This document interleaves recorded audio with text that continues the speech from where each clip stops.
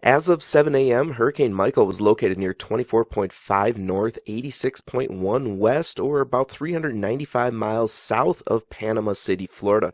Michael is moving to the north-northwest near 12 miles an hour, and a north-northwestward motion is expected through tonight, followed by a northeastern motion into Wednesday and Thursday.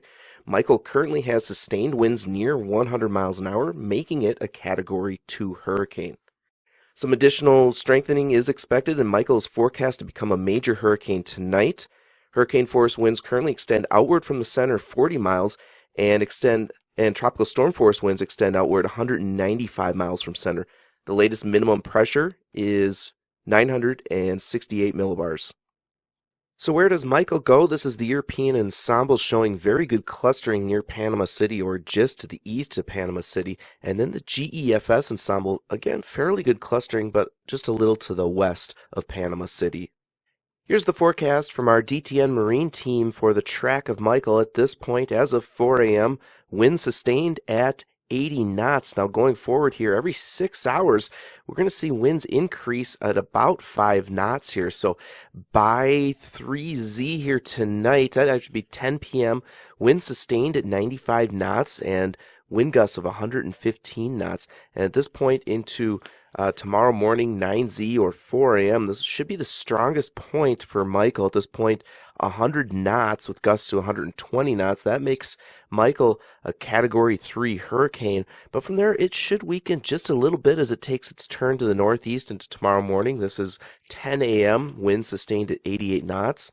And then right around landfall, at this point, this is 4 p.m. on Wednesday, wind sustained at 75 knots and gusts to 90 knots.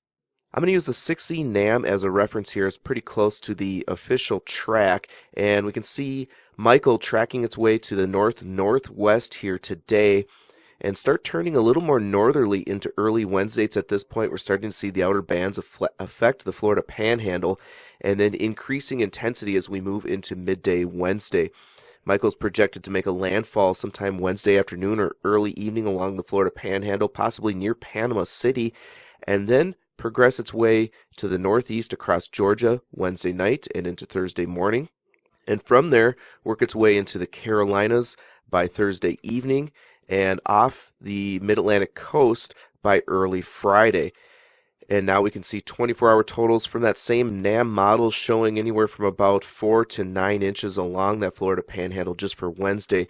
Now, just for an alternative scenario, the GFS, which is slightly further west, showing maybe a little bit heavier precipitation along the Florida Panhandle for Wednesday.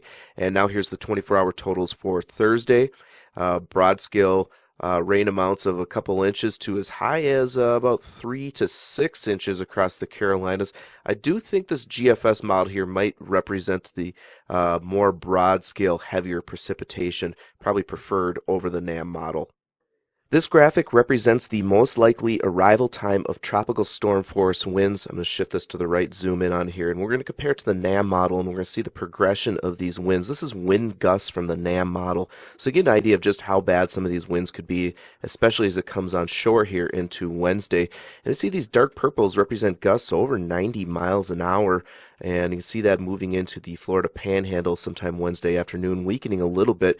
But then as we continue to move into Wednesday night and Thursday, we can see tropical storm force wind gusts work their way across Georgia and the Carolinas, mainly along the Carolina coast, and then progressing off into the mid-Atlantic coast for Friday.